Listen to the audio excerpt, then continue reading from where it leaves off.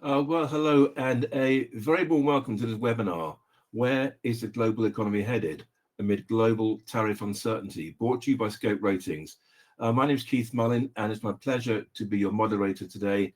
I'm delighted to be joined by Dennis Shen, Chair of Scope's Macroeconomic Council and lead global economist. In a moment, Dennis will lay out some perspectives on some of today's big economic, monetary and market themes.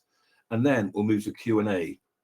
Now, I have some questions lined up for Dennis, but we'll also be delighted to take your questions. So please type these in as we go along, and we'll get to them during the session. Now, we do have a presentation that Dennis will run through. We won't go into detail on everything, but the slides will be downloadable at the end of the session, and I'll explain how to do that later. So that's it from me. Dennis, hey, good to see you as ever. There's a lot of moving parts out there, so thanks so much for your time today. I'm looking forward to your comments. So let me hand over to you. Okay, thank you, Keith, and good afternoon or good morning, and so on to the participants, depending on where one is joining us from.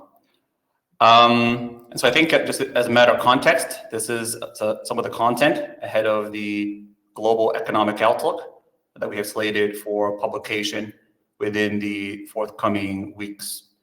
And the presentation, the slides, are available as stated for download on this Livestorm application.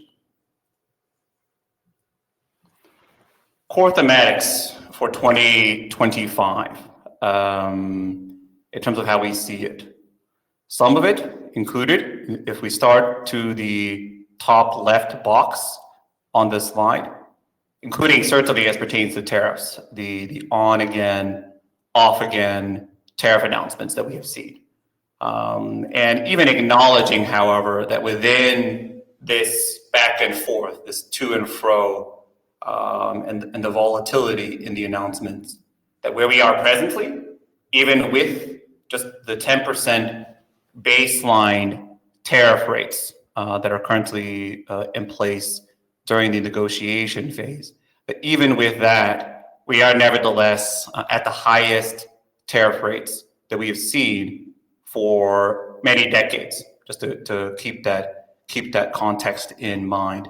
And there are consequences from that. Geopolitical risks, sovereign debt risks. In the second box, moving to the right, global slowdown. But furthermore, the volatility in the financial markets, taking that into account. Let's not be complacent.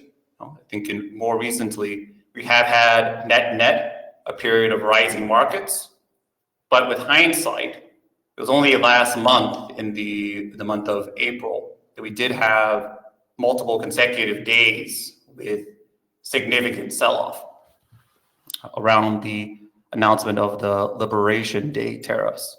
And so acknowledging that the president wants rising markets in terms of the forthcoming period and where we go from here, to a degree, anyone's guess.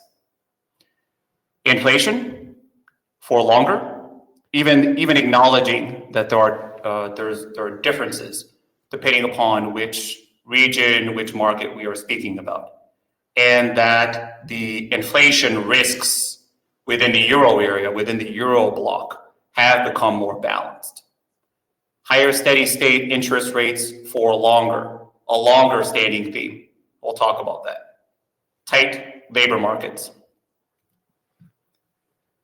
As referenced in terms of the tariff rates, and this, to a degree, announcement and then repeal or pause with the lower tariff rates and then potentially an increase again at another point in time.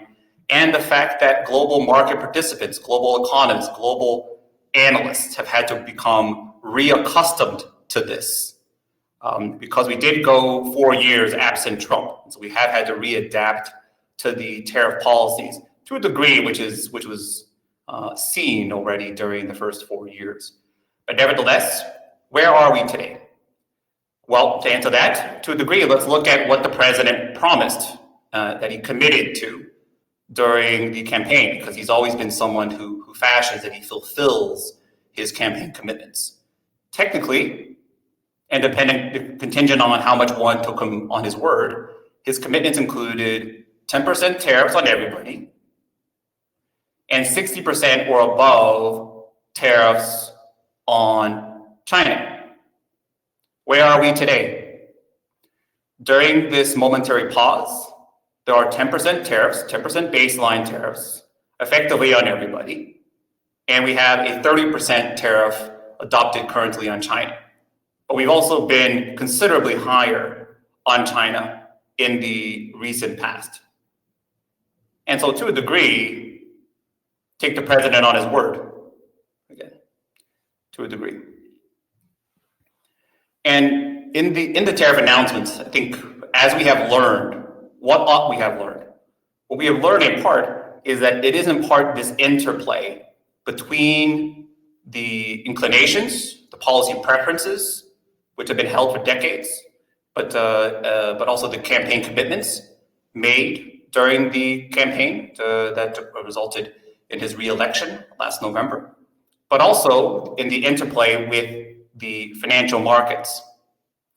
That even with many institutional checks potentially not being much in place or being less effective, the fact is that in terms of the checks on the policy inclinations, that the president does care, as an example, about his flagging polling numbers and that of his political party, the Republican Party, ahead of the 2026 midterm elections. The president does care about the health of the US economy and the so-called Trump put. The president cares very much about the health of US financial markets, the bond markets, and maybe even more significantly, the US equity markets. And so in terms of where we go from here, to a degree, it'll be a continuation of this interplay in terms of the policy inclinations from a geopolitical end, including as pertains trade barriers and trade policy, and the response function from the financial markets. Budgetary sustainability, an increasing theme, an increasing market concern. That includes, as pertains to the passage within the House of Representatives and currently for rounds of redactions within the US Senate on the so-called Big Beautiful Bill. But more recently, we've also seen the downgrade of the United States by Moody's to the current AA1 credit rating level from AAA, which removed the last AAA credit rating for the United States from the 3 American credit rating agencies. In the capital markets, and this diagram displays effectively the changes in individual markets since the US elections last November. Beginning at the top to a degree, we have seen the outperformance of European equities as compared to US equities. So to a degree, putting a bit of a cork in the thesis, at least temporarily, in the thesis of American exceptionalism when it comes to outperformance in the equity market, something that Trump will be wanting to resolve and to correct. And nevertheless, we have seen this rally and a significant rally in the US equity markets, effectively since the point when the president dangled the term of buy the dip, I'm paraphrasing, to buy the dip last month. And at this point, you can see that US equity markets are about at break even, slightly higher compared to before the election. Interest rates are higher. Commodity prices are lower, which is disinflationary. And in addition, what is disinflationary on the bottom is the appreciation of the euro, which has been a bit odd against the dollar, that is, been a bit odd during phases in the recent weeks of safe haven inflows, of risk aversion, that the euro would appreciate, not depreciate, against the US dollar, which has begged, or at least has raised the temperature in the discussion around the safe haven status, reserve currency status, or direction therein of the dollar. Credit spreads have moderated after previously increasing. In the data, and I really like this data series on the left-hand diagram of this slide, which is that from the Atlanta Federal Reserve, the GDP Now data series. You can see towards the middle of the diagram that we had this dip in the data, which signaled economic contraction on a quarter-on-quarter basis for Q1 this year, which was then borne out in the first estimate of the official GDP data, which indicated a slight GDP contraction last quarter during Q1. And you can also see that the data series has, to a degree surprisingly, rebounded during Q2, a period during which we have had the pausing and lowering of tariff rates for the current negotiation, for this 90-day negotiation period. But if that is the case, that also distances the United States from this discussion about annual recession, or the conversation around that for 2025. On the top right-hand diagram, composite purchasing manager surveys. In the blue line, the United States, you could effectively evaluate comparatively sluggish. In the orange line for the euro area, has trended slightly lower. If one looks at towards the right-hand end of the diagram, slightly lower, and more recently dipping just below the 50 line, which for this diffusion index differentiates expansion from contraction. So dipping just slightly under the threshold of contraction. A thematic of moderate global slowdown this year, and spearheaded by the softer economic growth in the United States for 2025, which is logical given as the focal point of the trade uncertainties. Inflation anticipated to continue being a problem.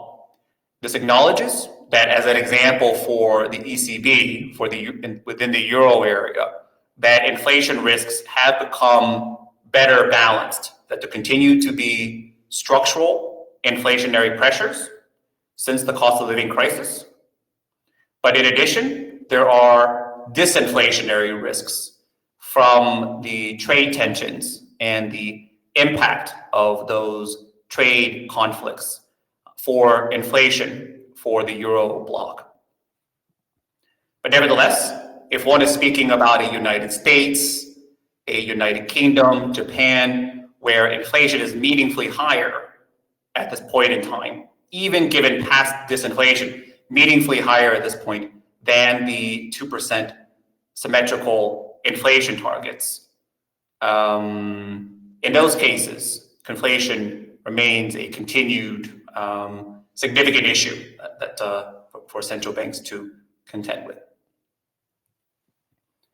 And based on that inflation for longer, the long-standing thesis of higher steady state interest rates, even after rate cycles were to conclude. In other words, that in terms of speaking about any so-called equilibrium interest rate, if one looks towards the right-hand end of this diagram, that in terms of the landing point, where borrowing rates, financing rates, but in this diagram, official rates, where they ultimately land in the end after rate cycles, that we're not going to be landing at points of the left-hand half of this diagram. The period of low, if not ultra low, interest rates of during the pandemic and before the before the pandemic. In addition, presently, monetary divergence. No, we have presently effectively a Federal Reserve that is on hold. The Bank of England is at this stage paused, on hold for the forthcoming months at the minimum. The Bank of Japan presently gradually increasing rates in addressing the inflation rates after the hoped conclusion of Japanification.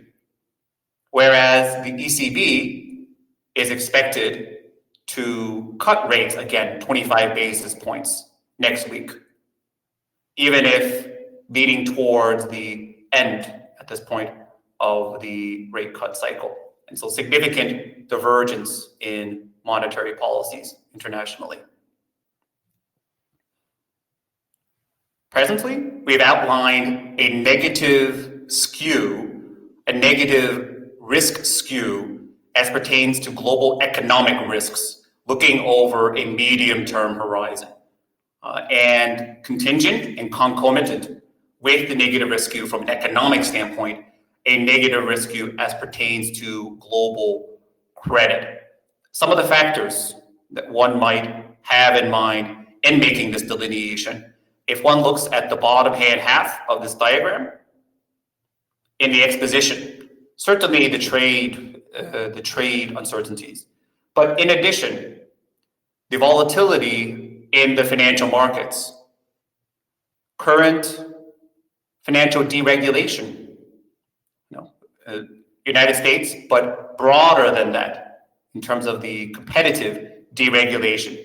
When speaking about cryptocurrencies, artificial intelligence, banking systems, some of this will have implications that might take time to take place.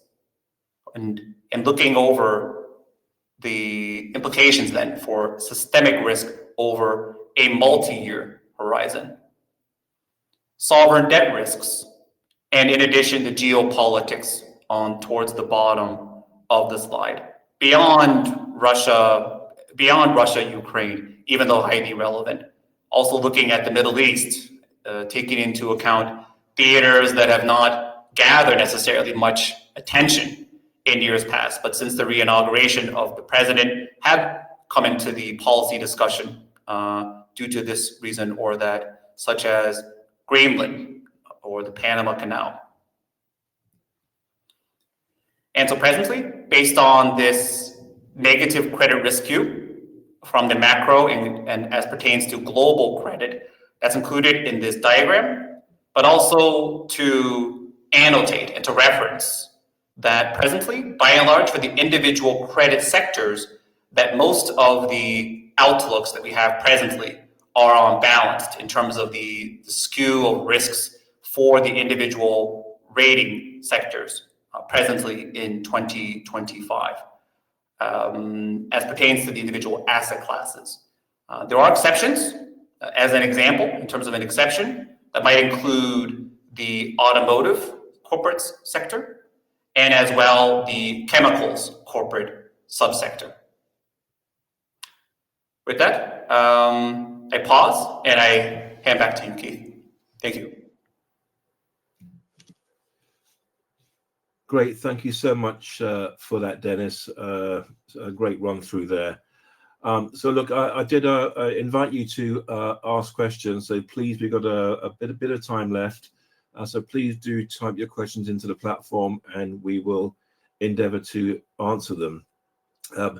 In the meantime, Dennis, I've got a few questions lined up for you, and I guess it's a question of even where to start. You've got so many themes and sub-themes there. Let me ask you an unanswerable question to kick off with is, what should we expect from trade negotiations?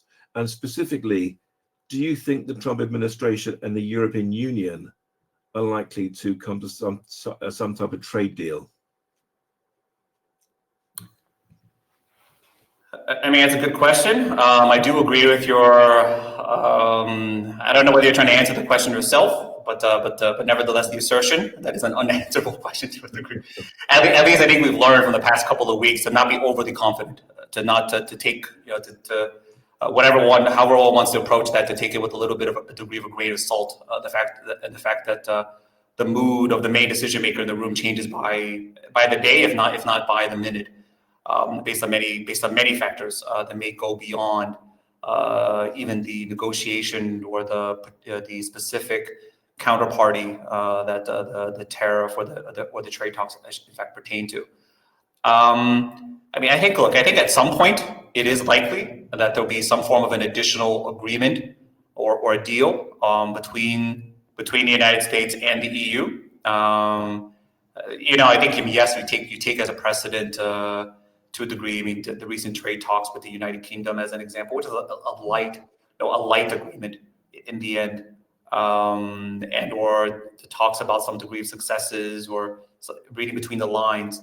Nevertheless, in terms of the multiple negotiations, I don't know how much you can possibly agree with so many different trade negotiations. Normally go years, if not decades, to do it within 90 days, and not with one counterparty, but with basically everybody, to do it with everybody at the same time. So again, we just have to have a little bit of understanding in terms of what we mean here by a trade agreement.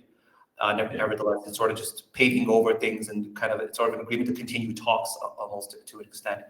But nevertheless, I would expect that they would come to something. The only question to impart is on this date, July the 9th, and how much has come to by that point, what has come to by that point. Of course, I mean, look, from the president's standpoint, it's going to depend on many things. Of course, he raised the bar recently around by threatening, by throwing out there this possibility of a 50% tariff by June the 1st, which was within days. The markets responded to that negatively. He pulled it back, pushed that back to July the 9th. The 50%, which of course goes beyond the 20%, which was the original Liberation Day, the higher tariff rate as announced for the European Union. And so within the space of the forthcoming weeks, again, it's going to depend on many things. It does sound like, in terms of reading the mood music, that the president feels it may be taken into account the response within the markets and or some of the advice that he might be receiving from advisors. But he also referenced that there was a good call with Ursula von der Leyen. That is part of the conversation. It sounds like they're moving in the right direction. It's important not to read overly much into that. But nevertheless, it seems like they're currently potentially going in that direction. But nevertheless, as stated, in terms of ultimately the end game in this, it'll depend on things. I mean, yes, in terms of what concessions the EU is making to the United States to close the trade surplus that the EU has with the US. And of course, in terms of the individual member states, we're speaking about Germany, we're speaking about Ireland, and so on within the EU trading bloc. But as stated within this presentation, Keith, earlier, it'll also depend on things which have nothing to do with the talks, including in terms of what the state of the United States economy is, and including in terms of speaking about the U.S. financial markets. And if those elements are going well, then the president will feel that he has more latitude, including around any July the 9th date, which can always be changed if he wants to change it. He's already demonstrated that he'll feel that he has more latitude to ask for more, if required. That he has better hands in his better cards rather in his hand. Okay. But I think we see. We see. Okay. Just about one of the things you just mentioned, the U.S. economy. Again, where do you think, from your standpoint today, where is it headed? Now, there are several strands here. Do you still see recession risk? And this is a question coming from our audience as well. Is recession risk still on the horizon? Do you think tax cuts could provide for a stronger, maybe 2026? And of course, as you referenced in the presentation, there's a topic which is tied into this, budgetary sustainability of the US. So not to overload you, but can you just give some perspectives on the US and reference recession risk? Yes, gladly. I think importantly, again, so that we did have, as an example, right? We did have a slight contraction in the U.S. data for Q1. Now, we also know that the Liberation Day tariffs and as they were announced on April the 2nd, and a lot of things have happened since then. We have the 10% baseline tariffs that are in place, but the ball has been punted to a degree pending the current negotiations. And that has helped the Q2 data, at least the signal that I trust the most as pertains to the Q2 data, which I presented earlier within this presentation, which is signaling maybe not anything, no significant recovery necessarily, but nevertheless some degree of stabilization temporarily as pertains to the Q2 GDP data within this heightened uncertainty pertaining to the U.S. economy, but pertaining to the global economy. And so based on that, it does appear if there's some degree of stabilization, at least for the moment, within the Q2 data, that we are further away from the earlier conversation, which was lively, which was a convivial discussion about whether the United States might see annual recession. In other words, a negative annual GDP growth print for the year 2025. It seems at this point, we're further away from that. In other words, we're further with some degree of buffer for positive growth in 2025. And in addition, clearly, if Q2 breaks, or rather, if Q2 follows the Q1 data, and if Q1 data, of course, is confirmed to be negative, pending any revisions and so on, if Q2 were to be positive, we also then are further away from technical recession, as defined as 2 consecutive quarters. But I think you make a good point, which is that for 2026, among other elements, look, the re-election of Trump was supposed to be good for the economy. He knows that. He's going to be advancing policies to pursue that. The re-election of Trump was supposed to be good for the U.S. financial markets. He believes that he is good for the U.S. financial markets. And so in terms of the many of the elements of the policy platform, which might be consistent with that, which might have been for this reason or that backloaded compared to some of the policies that were announced earlier within the first 100 days, which might have been more growth negative, such as the DOGE cuts, such as when we talk about the tariff policies, the fact that you can adopt much of that through executive order, that in terms of speaking about the tax cut, or rather the extension of the 2017 tax cuts and other elements, deregulation, some of that might present a rosier outlook as we enter 2026. Yeah. Okay. Great. Thanks. Now, the other, I guess, big macro global topic out there, amongst many, is interest rates. Again, you referenced your perspective on inflation. You talked about the higher steady state rates at the end of the rate cut cycle. But look, I mean, do you think central banks should be cutting by more at this point? I think it depends. We have had a long-standing thesis that, I mean, look, I think the call for rate cuts nearly began effectively when rate hikes began. So the rates were increased during the period after the beginning of the cost of living crisis, right? Prices started to increase shortly after in the period after the recovery from the pandemic crisis, or the periods of recovery from the pandemic crisis began to rise in 2021 effectively. And by 2022, we have had repeated calls by analysts, by markets, and so on for rate cuts. Now, we've taken the position that much of those calls might have been a little bit getting ahead of ourselves for a moment, that we're not within this environment, this ecosystem of temporary inflation, of transitory inflation. Nothing to see here. It'll be there. No need to increase rates much. We can go back to rate cuts because the inflation will be gone in any case within a rather short order. What we've seen rather is a thesis that we've had, which is that there's a structural element to this post-pandemic inflation since the cost of living crisis. And that to a degree, that inflation is, at least to some extent, in terms of speaking about the structural elements, to a degree, the genie is out of the bag. So some of the inflationary elements are reinforcing. Now, in terms of talking about rate cuts and the fact that that markets clearly are calling for rate cuts in the United States, calling for rate cuts in the UK, calling for rate cuts certainly in the ECB for the ECB. It depends on the constituency that we're speaking about. From the standpoint of the Federal Reserve, I do think that for the near term, for the forthcoming period, they will be comparatively hamstrung. I mean, including if we talk about that there's some degree of stabilization within the U.S. economy.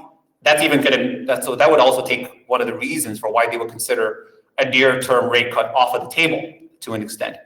If that second part of the Federal Reserve dual mandate on unemployment does not come to complete fruition in terms of there being more meaningful stress on the U.S. labor markets when U.S. inflation still remains comparatively high. The UK, though, as stated, that inflation also remains comparatively high. We had also a surprise in the inflation data last month, which at the minimum, looking at the current inflation rates and also the subjects such as the pay growth presently also takes rate cuts, at least for the forthcoming months, off the table. The ECB has greater latitude. It's already been stated, including anything about trade, but just in terms of speaking about the structural inflation dynamics.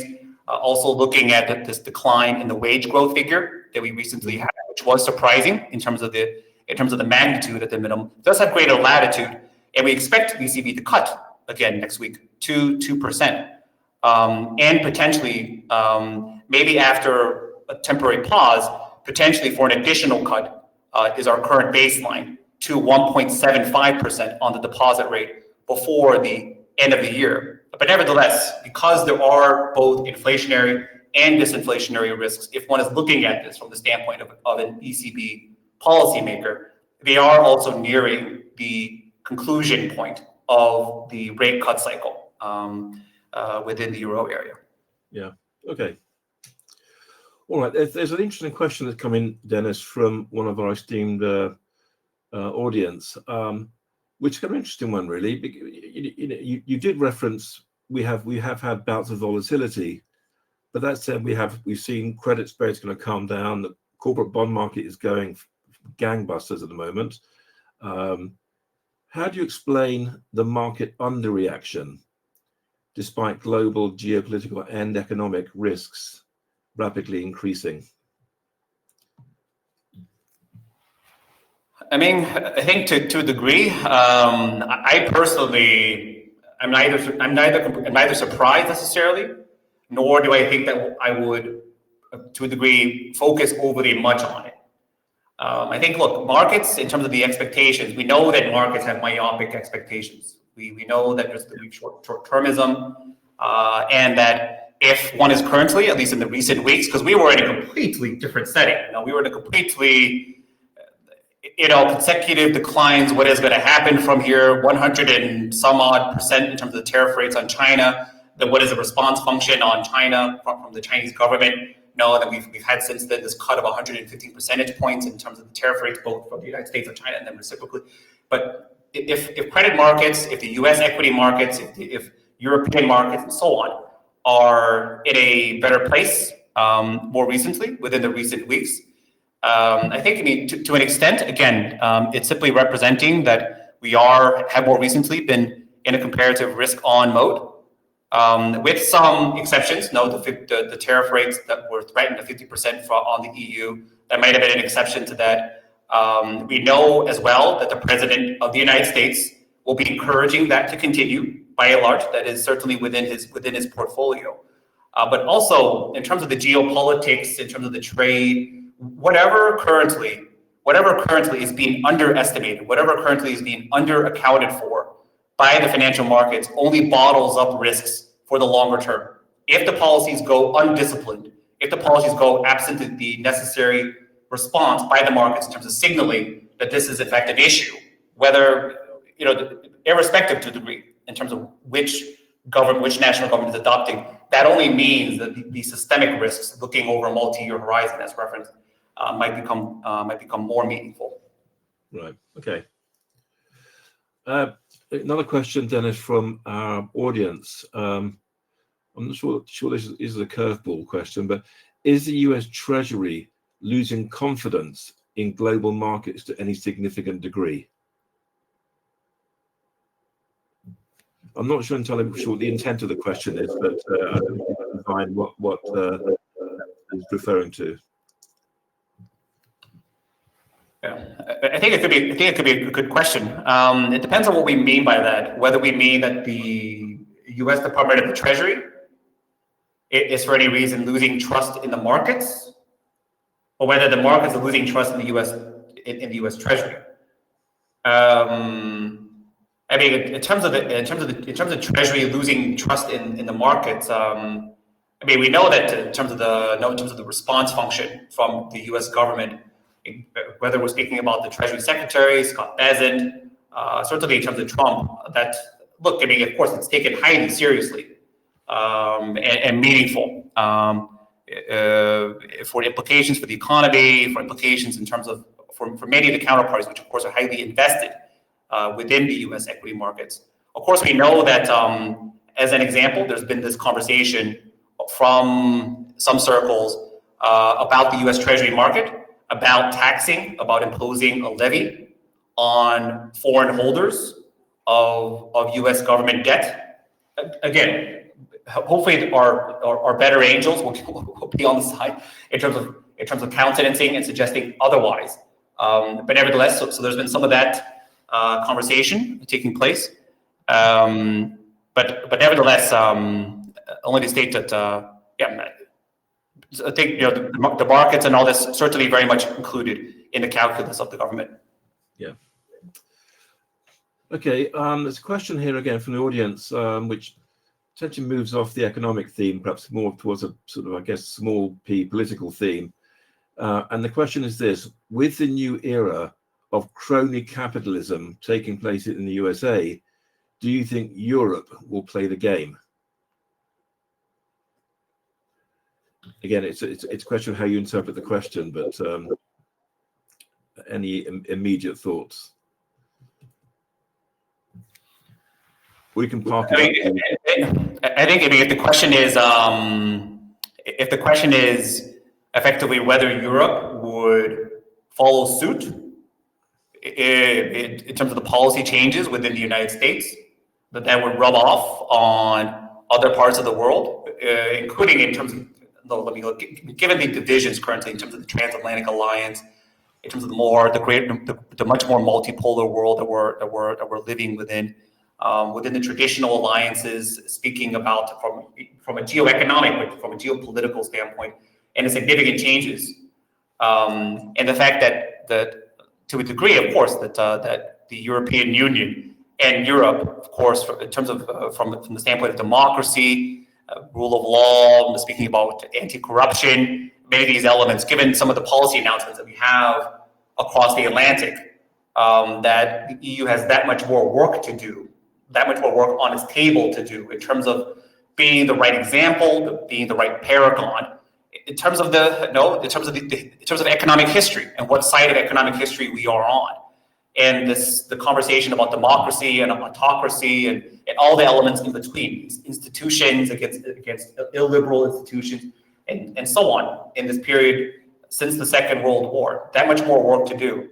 But if the question is whether the EU or Europe, the UK, Europe, is somehow immune to the changes within the United States, the answer to that is no. So in other words, we do not exist within a vacuum. The changes within the United States will, even if gradually, have an effect also within Europe. And that we can speak about individual elections and so on. Some of this takes time to play out. But nevertheless, this is a global community, and that is, to a degree, it's ineluctable. It has effects in the end. Yeah, absolutely makes sense. Completely different question, theme, should I say, which is about the war in Ukraine and your expectations. Now, we've had this promised ceasefire, and it's gone back and forth. We don't seem to be close to a ceasefire. And I guess the question is not really about the geopolitical aspects of it, but what are the credit implications if the war in Ukraine doesn't end? Yes. I mean, I think so. So importantly, so in the recent, however it's been, right, that we had this commitment from the president that he would, based on how things have operated through much of his career, which is based on personal relationships and his understanding of his relationship with Vladimir Putin. Yeah. Not much of a relationship with President Vladimir Zelensky, who in fact is in Berlin today, where I'm based. But leaving that aside for a moment. But based on that, how things have been for much of his career, that through personal relationships, he could end the war within a day, right? And then, of course, that got to a degree modified to within the first 100 days of his presidency, this all-important first 100 days of any American president, that he would be able to bring about a ceasefire at the minimum within that period, for significantly for his own reasons. And we did have many analysts and markets who, based on that, and based on some of the signals that were being sent, maybe particularly from Trump and let's say from Zelensky from Ukraine, in the hopes of that there would be peace. But nevertheless, in terms of the signals that were being sent, many in fact were anticipating that there would be peace rather imminently, and or even potentially sanctions relief for Russia, for the Russian Federation, many anticipating that this might be rather forthcoming. Our view on that has, I think, generally been, to a degree, skeptical of it. Certainly when we speak about near-term horizons, near-term peace, in part simply because we to a degree, we know what the position is from Trump. We understand it better anyhow. There were certainly periods in which we did not really understand what was happening, but we understand it better now, his position. We understand the position from Ukraine, we understand that from European policymakers, but always what was missing from the room is what is the position of the Russian government on this. Somehow that was not talked about enough. Though they are the decision makers, they will decide when this war ends. They were the one that began the escalation of the war to begin with.